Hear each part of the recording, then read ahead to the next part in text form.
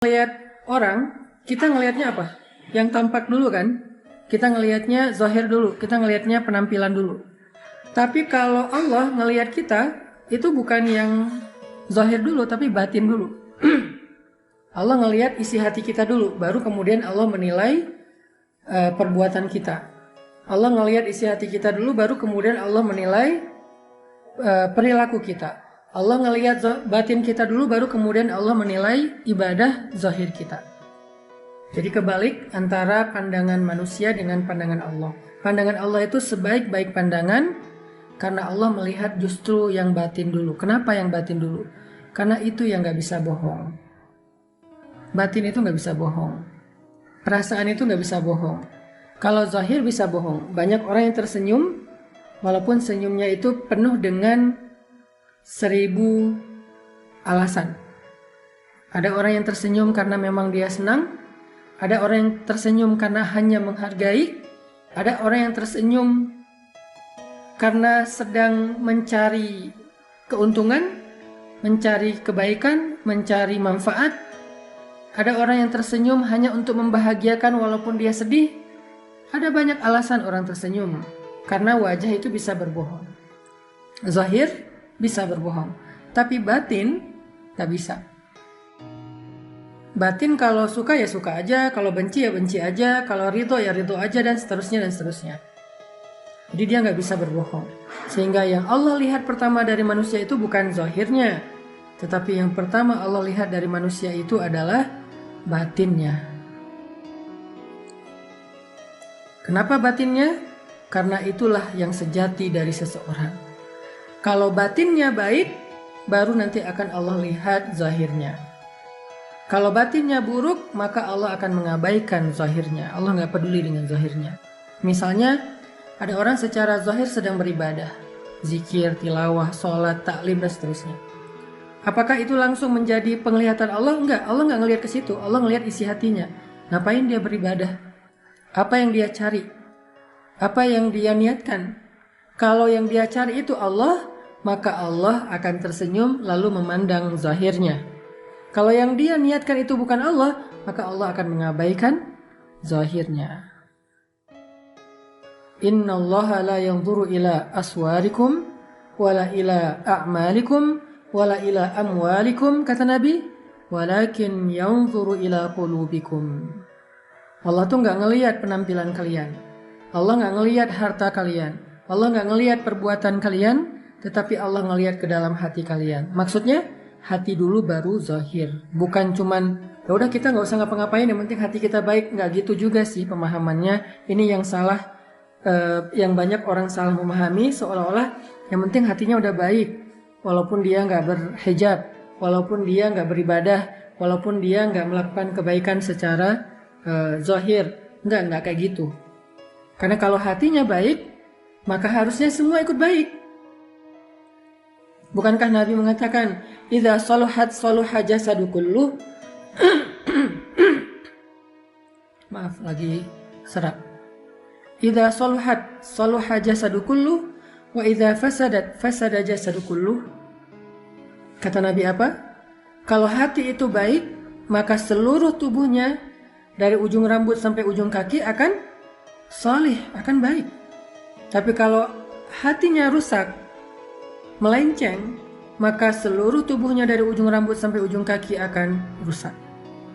Jadi gak mungkin, klise banget kalau ada yang ngomong, kita mah yang penting hatinya baik, tapi dia gak berhijab. Kita mah yang penting hatinya baik, tetapi dia masih pacaran. Kita yang penting hatinya baik, tapi dia masih riba. Kita yang penting hatinya baik, tapi dia masih suka melakukan maksiat secara zahir. Gak mungkin. Kenapa?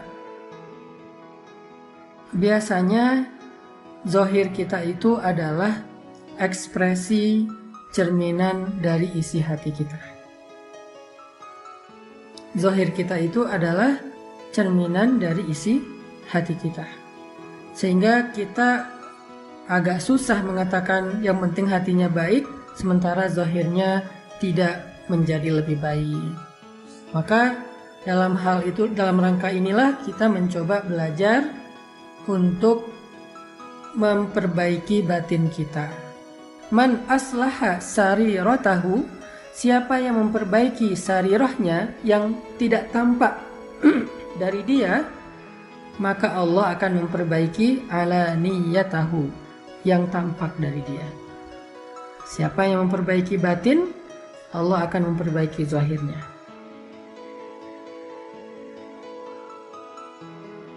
Itu kenapa kita belajar tentang fiqhul masyair, fikih perasaan. Jadi teman-teman kalau ada yang ngomongin, temanya baper-baperan, temanya cuma masalah perasaan, bukan masalah ibadah, la tayas, jangan berkecil hati. La taqlaq, jangan merasa ragu, galau. Kenapa? Karena justru dari belajar memperbaiki perasaan batin, Allah akan memperbaiki zahir atau yang tampak dari kehidupan kita. Innamal a'malu binniyat. Semua amal-amal yang zahir itu tergantung kepada batin, yaitu niat. Wa innama likulli imri'in ma nawa. Setiap orang mendapatkan balasan bukan dari apa yang dia lakukan, tetapi dari apa yang dia niatkan. Bukan dari apa yang dia lakukan, tetapi dari apa yang dia niatkan.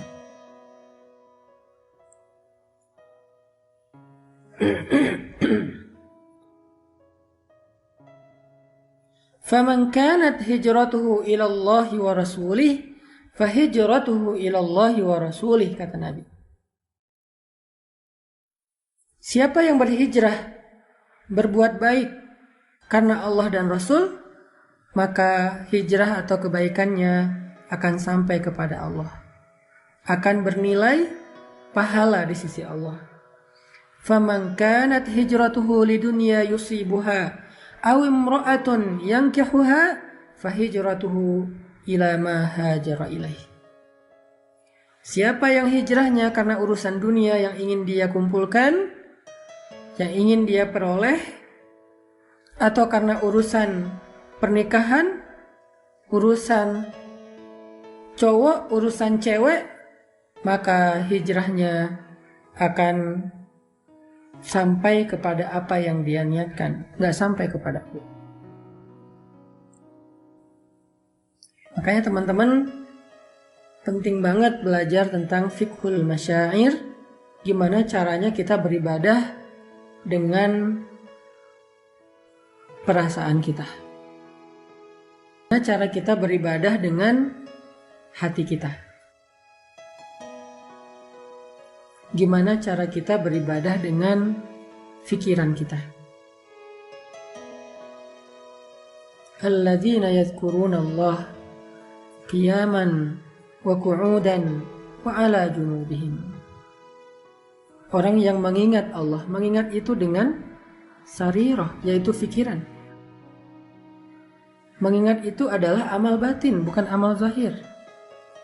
Amal zahir itu mengatakan, mengungkapkan, mengucapkan subhanallah, subhanallah, subhanallah, itu zahir. Tapi kalau subhanallah kita secara zahir fasih, sedangkan di dalam fikiran kita enggak khusyuk, maka ucapan kita tidak istimewa di sisi Allah. Salat kita Allahu Akbar, lalu kita baca Al-Fatihah, Alhamdulillahi Rabbil Alamin, fasih. Kita baca ayat yang panjang, surat Al-Baqarah 1 rakaat, Alif Lam Mim. Tetapi pikiran kita kemana-mana, maka kita termasuk orang yang sholatnya sahun. Fawailul lil musallin, celaka orang yang sholat. Alladzina hum an sholatihim sahun, orang yang lalai dalam sholatnya, nggak khusyuk. Itulah pentingnya fiqhul masyair, belajar fikih batin. الذين يذكرون الله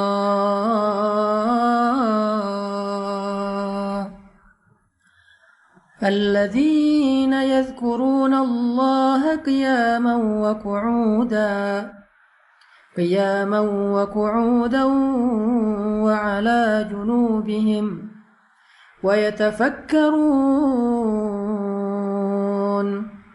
ويتفكرون في خلق السماوات والأرض ربنا ما خلقت هذا باطلا ربنا ما خلقت هذا باطلا ربنا ما خلقت هذا باطلا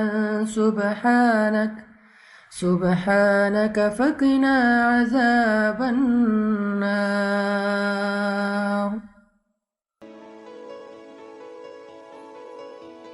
Orang-orang yang berakal, orang-orang yang cerdas, kata Allah, adalah orang-orang yang selalu mengingat Allah. Mengingat itu ibadah batin, bukan ibadah zahir. Orang-orang yang selalu mengingat Allah ketika mereka berdiri, ketika mereka duduk, ketika mereka berbaring. Apa maksudnya? Maksudnya kata para ulama, mengingat Allah dalam keadaan apapun selama dia hidup. Ketika dia sibuk, ketika dia senggang, ketika dia hektik, ketika dia nganggur, ketika dia di rumah, ketika dia di kantor, di pasar, di jalan, yadhkurun Allah. Dan kata yadhkurun dalam bahasa Arab ini menggunakan present continuous tense. Jadi ada continuousnya, ada kesinambungannya. Dalam bahasa Arab dikenal dengan istilah fiqhul mudhari', yang terus-menerus. Alladzina yadhkuruna Allah, yang mengingat Allah qiyaman wa qu'udan wa ala junubihim, dalam keadaan berdiri, dalam keadaan duduk, dalam keadaan berbaring, selalu mengingat Allah. Dan itulah ibadah batin. Ketika kita membaca ayat-ayat yang lain, saat Allah sedang menyebutkan tanda-tanda orang yang beriman, karena segala sesuatu itu harus ada tandanya, harus ada buktinya. Kalau nggak ada bukti, maka dianggap nggak ada. Sesuatu itu harus ada buktinya, harus ada bekasnya, harus ada tanda-tandanya. Kalau nggak ada bekas, nggak ada tanda-tanda, maka dianggap nggak ada. Orang yang berjalan, kalau nggak ada jejaknya, maka disebut dia belum lewat jalan situ. Kalau ada jejaknya, berarti dia pernah lewat jalan itu. Harus ada jejak bukti.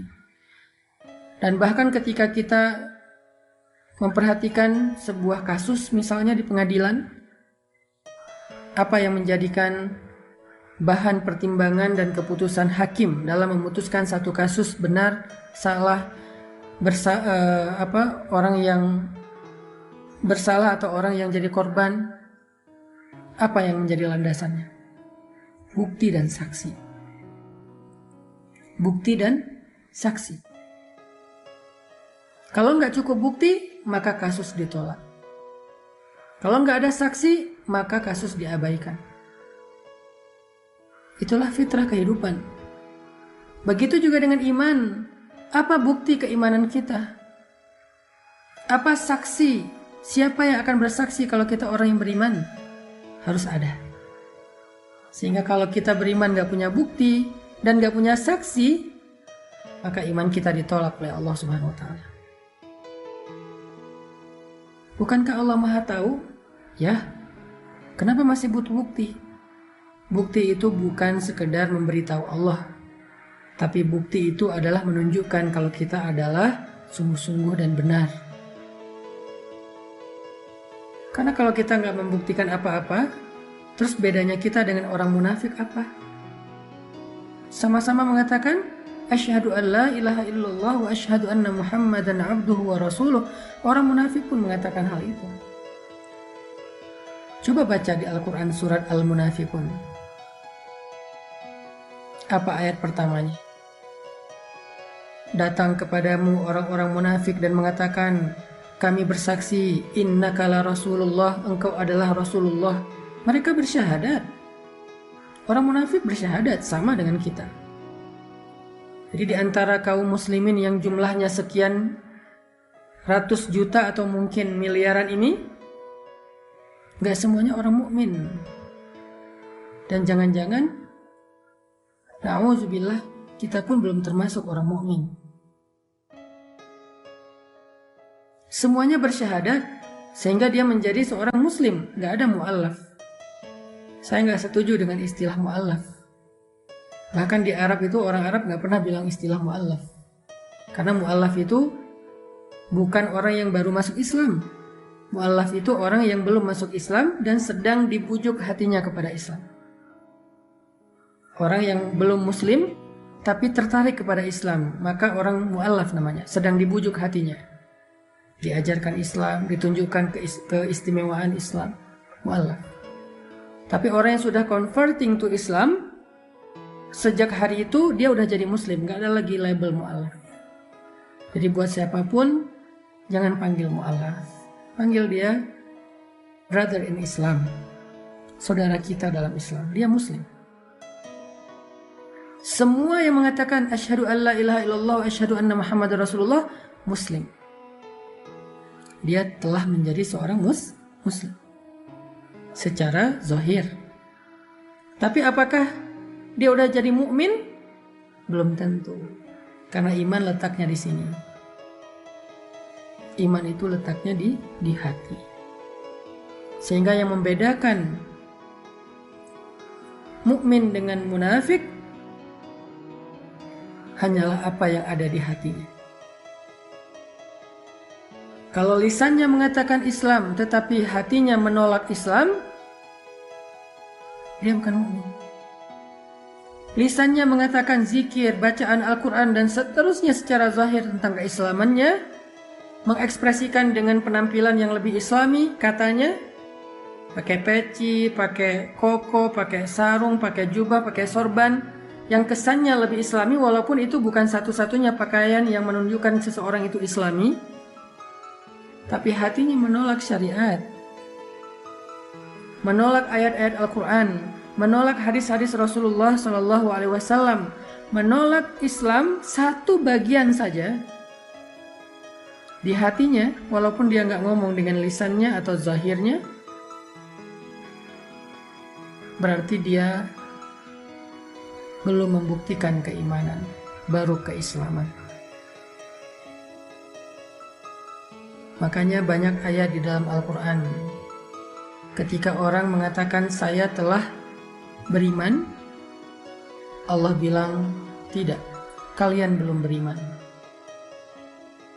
Qalatil a'rabu amanna, qalatil a'rabu amanna, قل لم تؤمنوا ولكن قولوا أسلمنا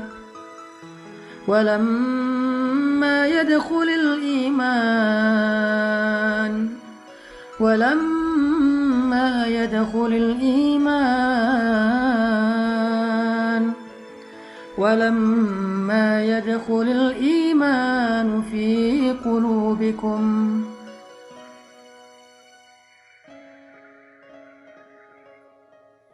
Ada orang-orang Arab Badui datang kepada Nabi mengatakan, amanah, kami sudah beriman. Nabi nggak tahu isi hati mereka, sehingga Nabi menerima ucapan mereka. Karena yang tahu isi hati hanyalah Allah. Tapi Nabi dapat wahyu dari Allah. Mereka bilang, amanah, kami telah beriman. Ketika Nabi masih bersama dengan mereka, Allah mengutus Jibril alaihissalam. Jibril turun, kemudian Jibril membacakan ayat ini kepada Nabi SAW. Orang Arab mengatakan kami telah beriman, kata Allah. Qul, bilang kepada mereka, lam tu'min, kalian sama sekali belum beriman. Dalam bahasa Arab, kata-kata belum bisa menggunakan bahasa lamma, bisa menggunakan diksi lam. Lamma atau lam. Lamma itu belum. Lam, belum sama sekali. Seolah-olah nggak ada sama sekali. Itu lam, tegas. Qalatil a'rabu amanna. Orang Arab Badui mengatakan, kami telah beriman. Qul lam tu'minu. Bilang kepada mereka, kalian belum beriman. Kalian belum beriman sama sekali. Walaupun udah ngomongin kata-kata keimanan, kalimat-kalimat yang manis, tapi lam sama sekali nggak berarti. Qul lam tu'minu, kalian belum beriman. Kenapa? Walakin qulu aslamna. Kalau kalian mau, ucapkanlah kami sudah masuk Islam, tapi belum beriman. Kami sudah masuk Islam, tapi belum beriman. Betapa banyak sekarang orang yang sudah Islam, tapi belum beriman. Sedangkan janji-janji Allah untuk dia di dunia dan di akhirat itu hanya berlaku kalau dia beriman, bukan hanya Islam. Janji Allah akan menolongnya, janji Allah akan memberinya jalan keluar, janji Allah akan memberinya rezeki yang gak terduga-duga, janji Allah akan melipat gandakan pahala, mengangkat derajat, menghapuskan dosa, janji Allah akan memberinya lapang kuburnya, janji Allah untuk memberinya hisab yang mudah, dimudahkan siratnya, dimasukkan ke dalam surga, mendapatkan syafaat Nabi. Dunia dan akhirat semua janji Allah yang baik-baik hanya berlaku kalau dia beriman, bukan hanya Muslim. Sekarang coba kita muhasabah, introspeksi diri. Hubungan kita dengan Allah itu selama ini menjadi hanya sebagai hamba, atau sebagai seorang Muslim, atau sebagai seorang mukmin. Kita boleh klaim apapun. Oh, saya udah mukmin, Ustaz. Jangan ngomong ke saya, ngomong ke Allah. Apa bukti iman kita? Karena bilang mukmin aja itu bukan bukti, itu namanya klaim. Itu namanya cuman pengakuan. Kita ngaku-ngaku mukmin, tapi kita nggak punya bukti. Saya ngaku-ngaku anak skate, tapi saya nggak bisa main skate. Di rumah saya nggak ada papan misalnya. Nggak bisa sekedar pakai baju flanel, pakai kupluk, terus saya bilang saya anak skate, nggak cukup. Penampilan doang. Tapi main skate nggak bisa. Saya ngaku-ngaku jago main gitar, tapi pas dikasih gitar saya nggak bisa. Ngaku-ngaku saya sebagai anak basket, tapi bola basket nggak bisa pegang.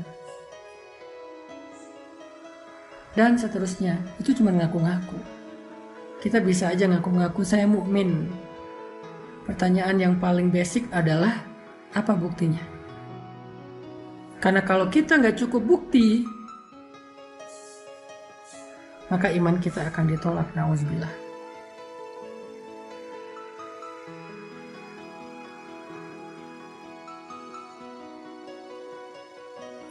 Dan nanti di akhirat,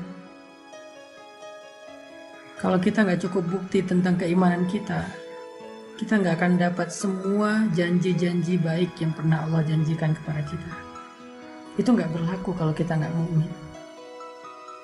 Kalau kita hanya Muslim, apalagi Muslim yang munafik, na'udzubillah, maka kita nggak akan mendapatkan janji Allah Subhanahu Wa Taala di dunia dan di akhirat.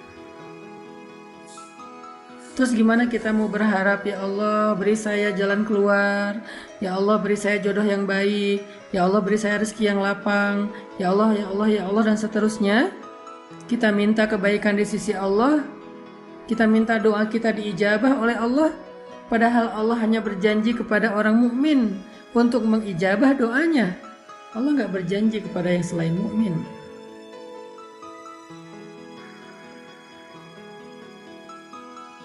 Balik lagi ke ayat tadi. Ketika ada orang Arab Badui mengatakan, amanna, kami telah beriman.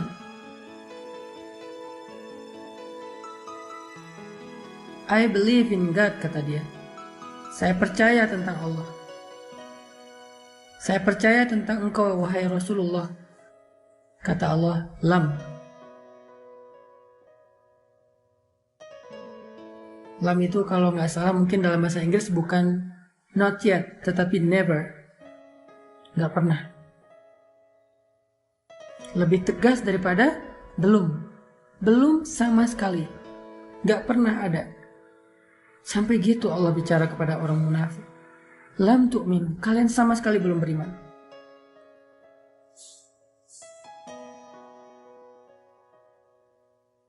Walakin qulu aslamna, kalian boleh bilang kalian sudah masuk Islam. Tapi kalian belum beriman. Kalian hanya boleh bilang kalian sudah Islam, tetapi kalian belum beriman. Kenapa Allah bisa ngomong kayak gini?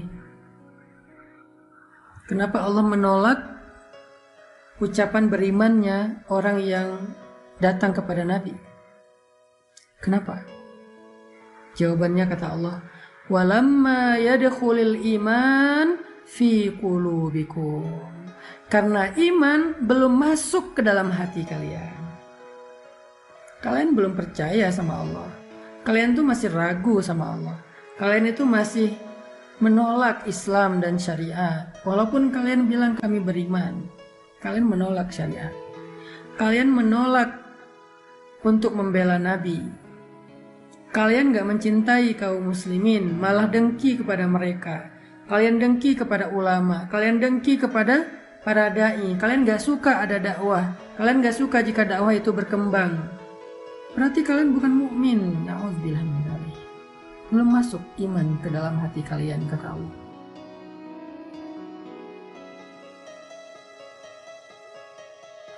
Jadi yang Allah lihat itu adalah batin dulu, hatinya. Kalau di hati itu sudah ada iman, walaupun mithqal dzarrah, sekecil biji sawi, baru Allah akan lihat zahirnya.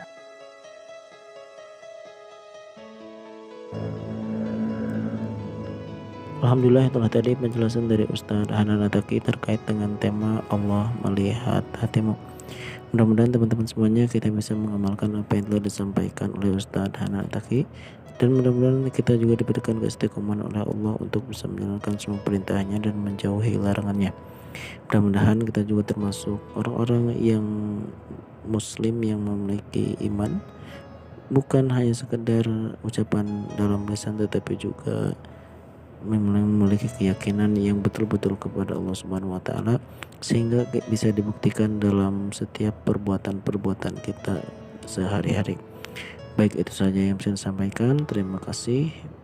Semoga bermanfaat. Barakallahu fikum. Assalamualaikum warahmatullahi wabarakatuh.